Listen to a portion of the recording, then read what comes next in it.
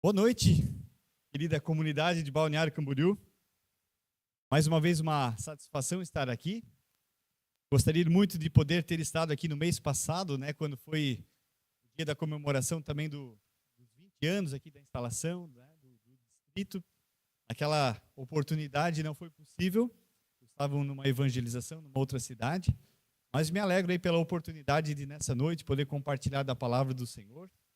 Poder falar desse amor, desse nosso Deus, que de fato merece todo o louvor e toda a adoração, O nosso Deus que nos criou, que conhece a nossa vida, e entregou o seu Filho Jesus também por cada um de nós e para cada um de nós. Eu quero convidar você a abrir a Bíblia no Evangelho de João, no capítulo 14, do qual leremos a partir do versículo 1, obrigado, até o versículo 17. Evangelho de João, capítulo 14, versículo 1 até o versículo 17.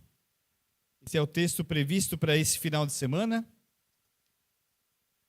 nas igrejas ao redor aí do nosso mundo, João 14, 1, ali lemos assim: que o coração de vocês não fique angustiado. Palavra já da saudação dessa noite, Vocês creem em Deus, creiam também em mim. Na casa de meu pai há muitas moradas. Se não fosse assim, eu já lhes teria dito, pois vou preparar um lugar para vocês. E quando eu for e preparar um lugar, voltarei e os receberei para mim mesmo, para que onde eu estou, vocês estejam também.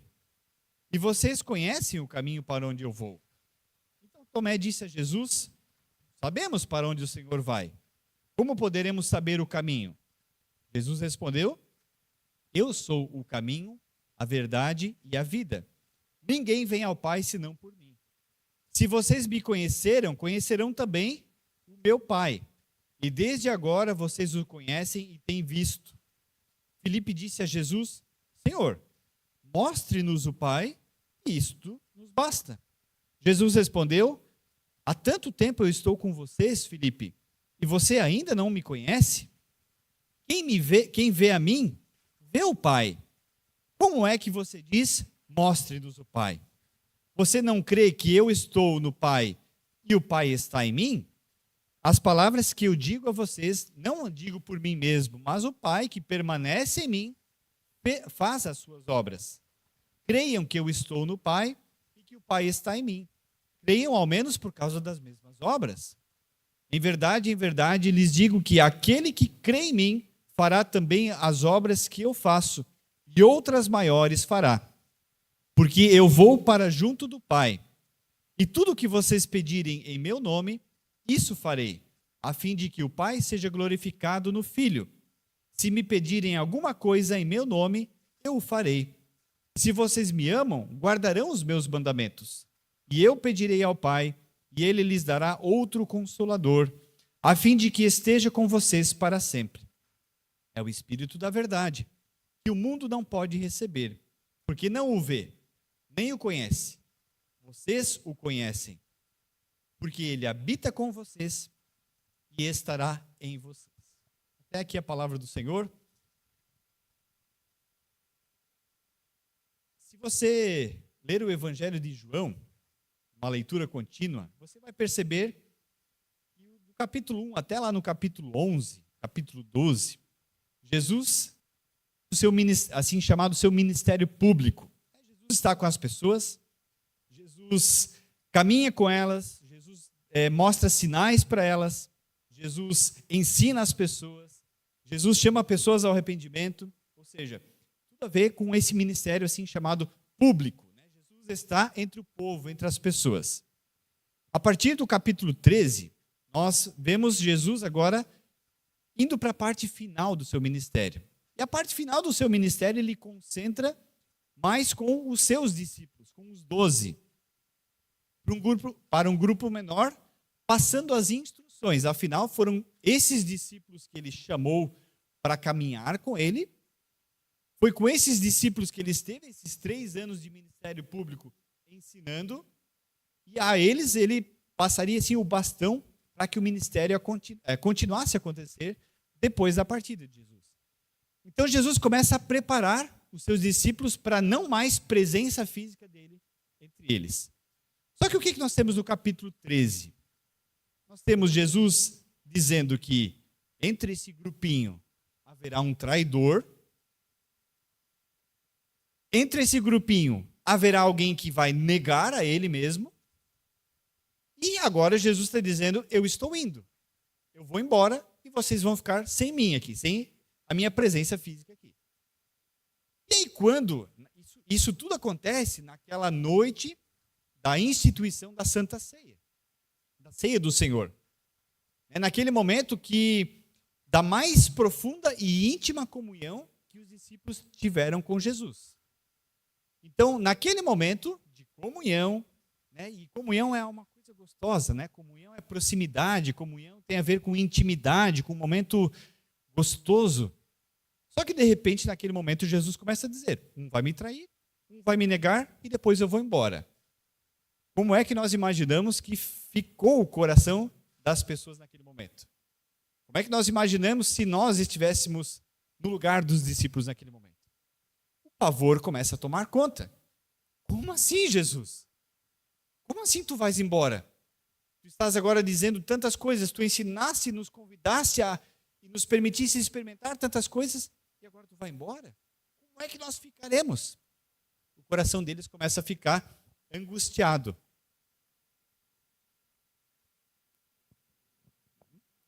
O coração deles começa a ficar angustiado, tomado de medo. E por isso essa primeira palavra que vem no capítulo 14 é o quê? Aquilo que o William já nos saudou essa noite. Que o coração de vocês não fique angustiado. Ou na outra versão de Almeida, né?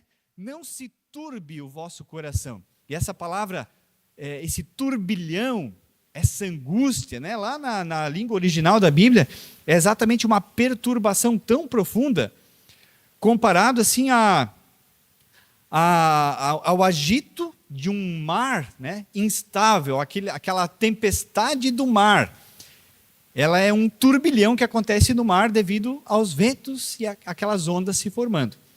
E essa é a palavra que o evangelista João descreve o sentimento dos discípulos quando eles ouviram de Jesus o que aconteceria na sequência. E aí qual é o convite de Jesus? Meus queridos, não se turbe o vosso coração. Não fiquem angustiados. Eu sei que o que eu estou falando agora, no primeiro momento, vai dar medo. Mas não se angustiem. Creiam em Deus e creiam também em mim. E aí, essa última semana, eu li uma frase que me impactou. Uma frase de um homem chamado Werner de Boer. Ele é um profundo estudioso da Bíblia. E ele disse assim, ó, a fé começa somente no instante em que houver todas as razões para desistir dela. O exercício da fé, ele exatamente se inicia quando aparentemente todas as circunstâncias apontam para uma realidade onde nós não vemos, uma realidade que nós não enxergamos, e onde o sentimento e a sensação levam à vontade de desistir das coisas. E é exatamente para isso que Jesus agora está preparando os seus discípulos. Ele caminhou com eles, ele os preparou, só que agora no momento derradeiro do que Jesus teria diante de si, que seria a cruz, ele sabia que, humanamente falando, naturalmente falando, o que os seus discípulos fariam? Dariam no pé, desistiriam de tudo. Por isso Jesus prepara eles, e por isso que aqui, na verdade, agora nós vemos o exercício da fé, aquilo que nós chamamos, né, de uma fé colocada em prática, começando a acontecer. E aí, exatamente nesse momento da maior dúvida, da maior angústia, do turbilhão dos discípulos que tinham dentro de si, que os discípulos tinham dentro de si mesmos, que Jesus agora profere essas palavras que vão ser tão importantes para a vida daquela pessoa que quer amar e viver com Jesus.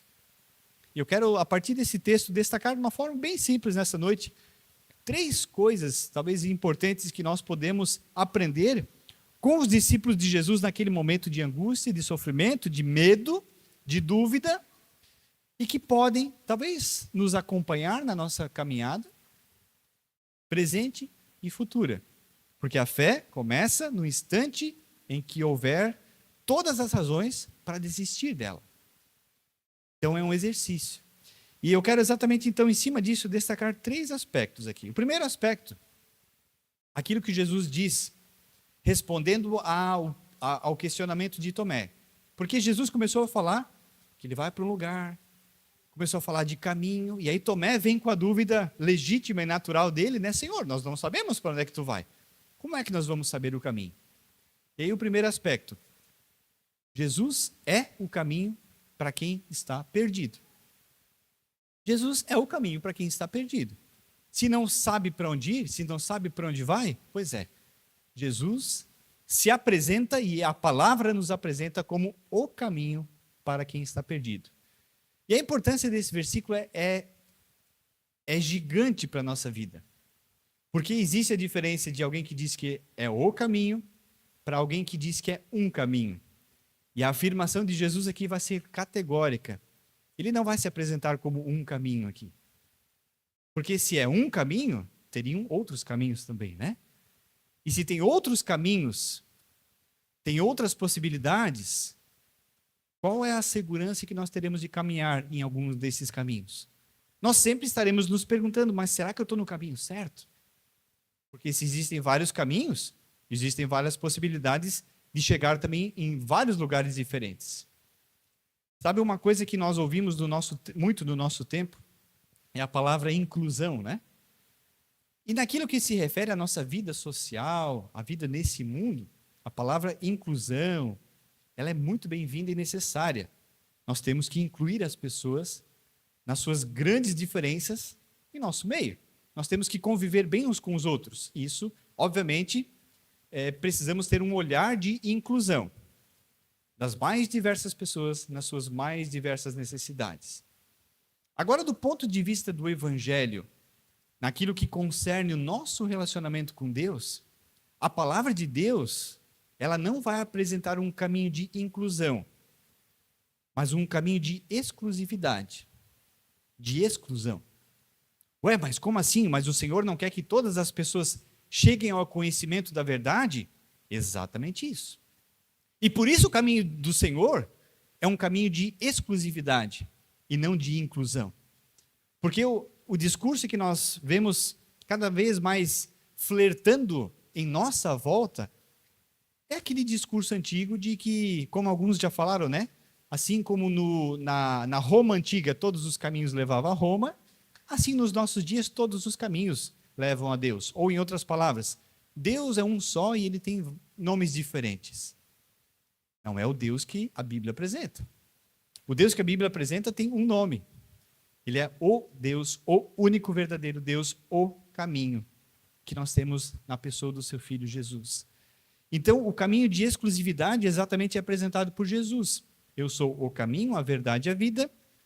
Ninguém vem ao Pai a não ser por mim. E nós poderíamos pensar, mas que Deus cruel, né? Que Deus carrasco, que falta de segurança pessoal esse nosso Deus tem. Poderia ter tantos outros caminhos? Poderíamos pensar isso? Tem pessoas que sugerem isso. Mas quando Deus apresenta o único caminho para a salvação, tudo o que Ele quer fazer conosco é exatamente nos dar segurança.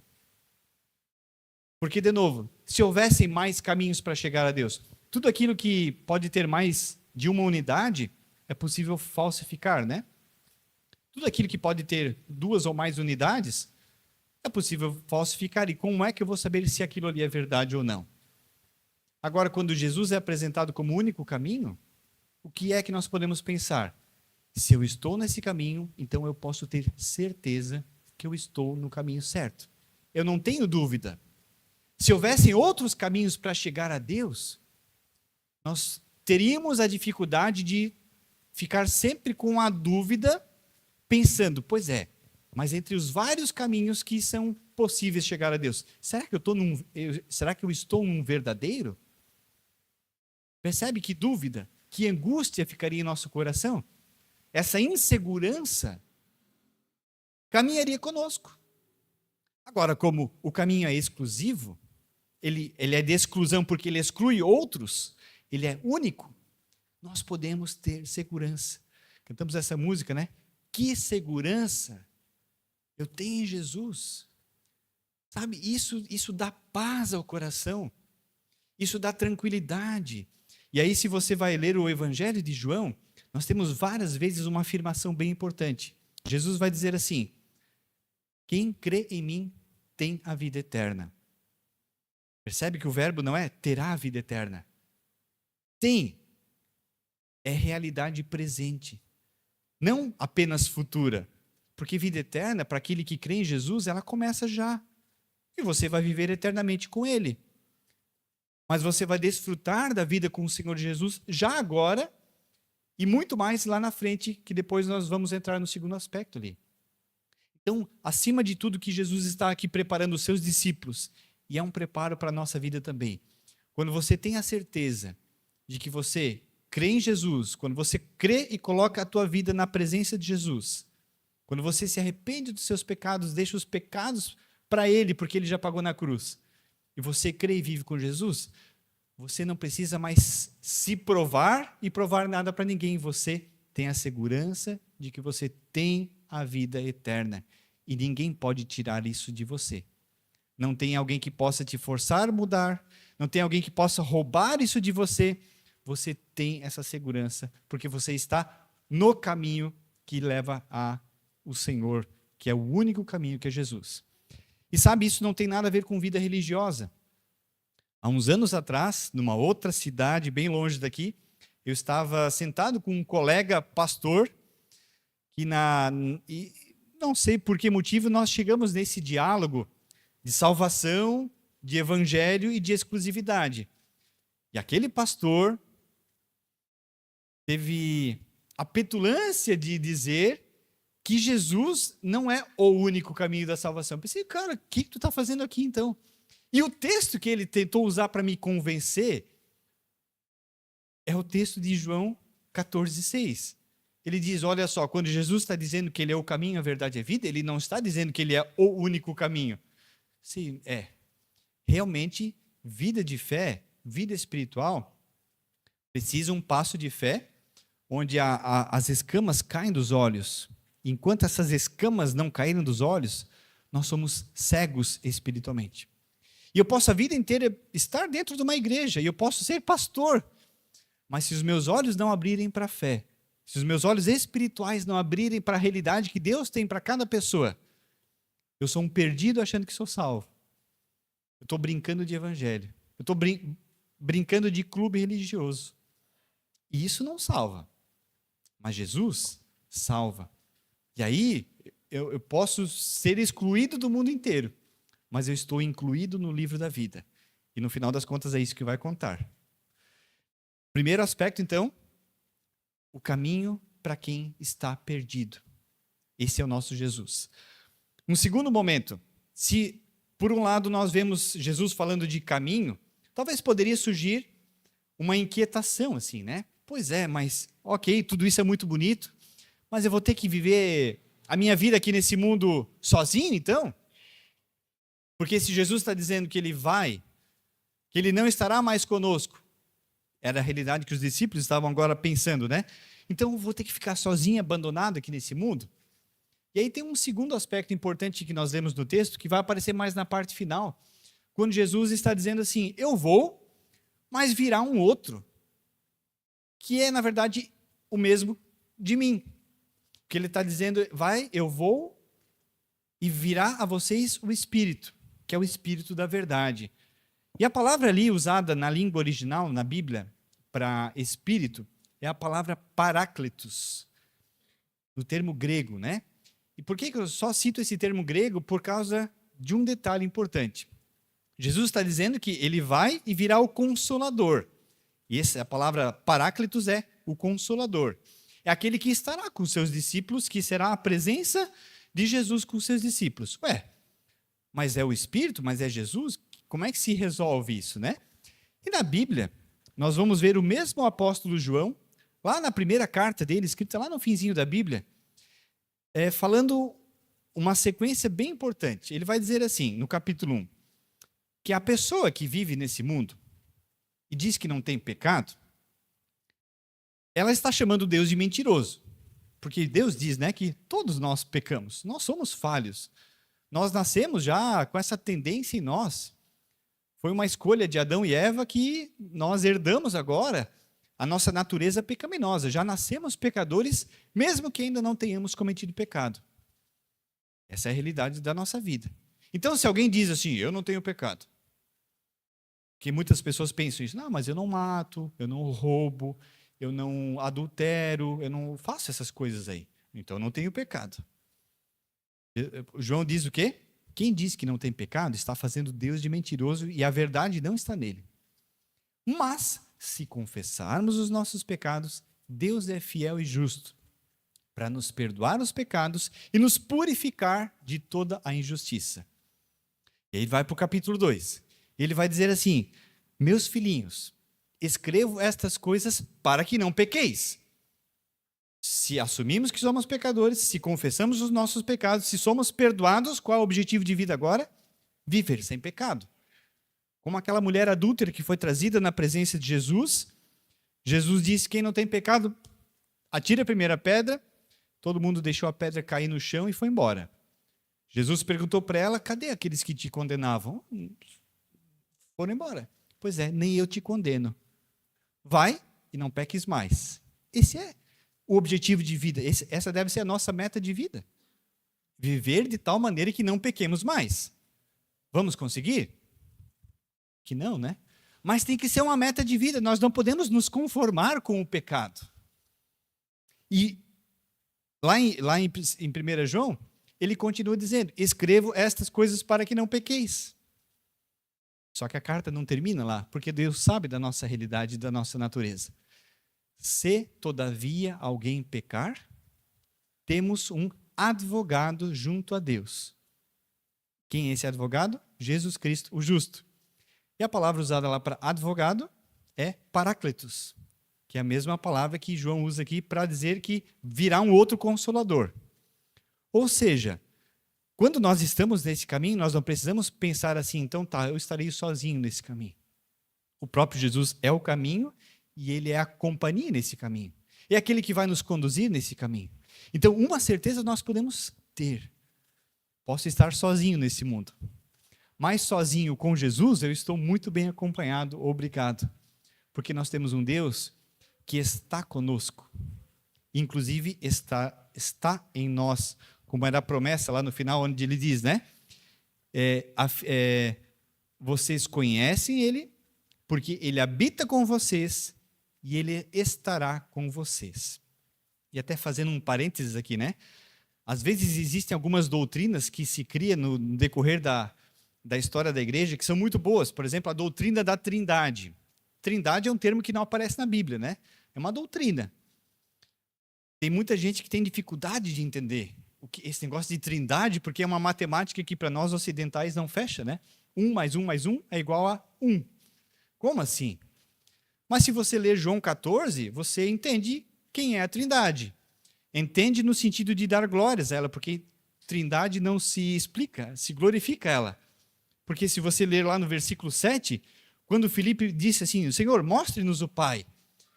Jesus diz, como assim, Filipe? Desde agora vocês o conhecem e têm visto. Vocês têm visto o Pai. Ou seja, os discípulos estavam com Jesus. Vocês conhecem Ele, vocês têm visto. Eu e o Pai somos um. E aqui no final, quando ele fala do Espírito, ele está dizendo o quê?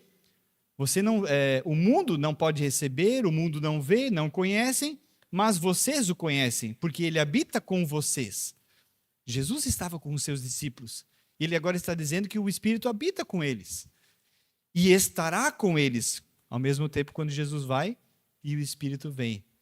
Então, dá para entender isso? Não dá. Mas dá para glorificar, porque é Deus falando dele mesmo e dando uma certeza. Esse Deus que é onipresente, ele está em todos os lugares ao mesmo tempo, ele está no céu e ele está conosco. E Paulo vai dizer, inclusive, que nós somos templo, santuário desse Espírito Santo. Então, uma vez quando Jesus é o caminho para quem está perdido, ele também é ele também nos dá a segurança da sua presença, de maneira que nós não precisamos imaginar que seremos abandonados nesse caminho, mas ele estará conosco. E um terceiro aspecto, mais uma vez, essa questão agora da segurança. Jesus nos dá a certeza e a segurança agora também em relação ao nosso futuro. Quem já vive com Jesus já é uma pessoa segura. Porque o pecado, ele arrebentou com a nossa identidade aqui nesse mundo. Né? Deus nos fez a sua imagem e semelhança, e o pecado, ele distorceu isso, ele arrebentou com a nossa vida. Por isso que, em grande medida, uma pessoa que não tem Jesus é uma pessoa insegura. Ela precisa ficar todo o tempo tentando se provar a si mesma para os outros.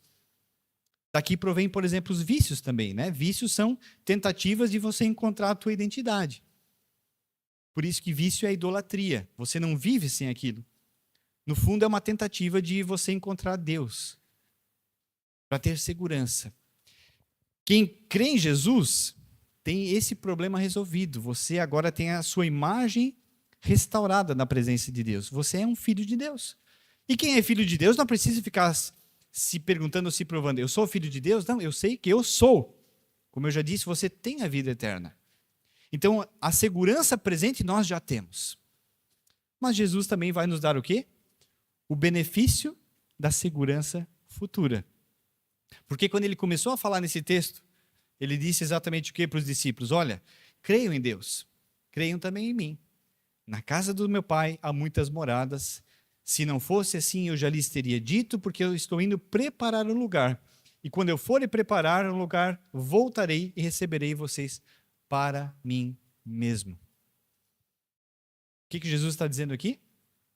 Está revelando a nossa vida futura. E agora não precisamos entrar nos detalhes da metáfora casa. Como é que vai ser lá no céu? Então vai ser um casarão com muitos quartos. Tem algumas traduções que usam ali a palavra quarto, né? Nós não precisamos entrar nesse campo de especulação de como será o céu. Porque no final das contas nem importa como será. Tem pessoas motivadas, por exemplo, por ganância, né? Gostam de ler o Apocalipse, aquelas afirmações que o céu vai ter ruas de ouro. Ah, que legal! Rua de ouro porque que nem brita hoje, né? Não, brita vale, mas é que nem areia, né? Que estará ali disponível em qualquer lugar. Isso vai ser o ouro no céu. E, de novo, é só uma comparação, só uma metáfora. Não é o elemento que importa. Não é o local geográfico que importa. Pessoas, às vezes, perdem tanto tempo especulando como é que vai ser, o que vai ter, o que não vai ter, quem estará lá. O que é importante nessa afirmação? A casa do meu pai tem muitas moradas. Aqui a ênfase não está nas moradas e nem como elas serão, mas no pai. Porque casa do pai é presença de Deus. No final das contas, o que vai importar da nossa vida é onde nós estamos. E se estamos na presença do Senhor hoje, estaremos assim eternamente também. Essa é a segurança que nós temos. Por isso que se temos a nossa vida resolvida hoje, se temos a nossa segurança em Jesus hoje, temos a nossa segurança futura em Jesus também. E ponto final. Não tem mais o que tirar, não tem mais o colocar, da mão dele ninguém pode nos remover. E é assim que nós agora somos chamados a viver. Então, se nós olhamos para o nosso lado, e nós vemos aí um mundo que vive com medo, medo da morte, medo da perda, medo do amanhã, medo de tanta coisa, o cristão, e quem é cristão? Aquele que crê em Jesus, ele tem segurança, ele tem direção, ele tem certeza, porque a sua vida foi comprada por um alto preço, a sua vida agora pertence não mais a ele mesmo, mas está nas mãos daquele que pode cuidar e que sabe de todas as coisas. Eu quero ir concluindo. Jesus olhou naquele momento ali do nosso texto para pessoas, para homens ali, que estavam perturbados diante daquilo que ouviram. Também nos nossos dias, muita coisa que nós ouvimos podem nos perturbar, podem ou tentam tirar a nossa paz e tentam tirar a nossa segurança. E o que Jesus ofereceu para aquelas pessoas?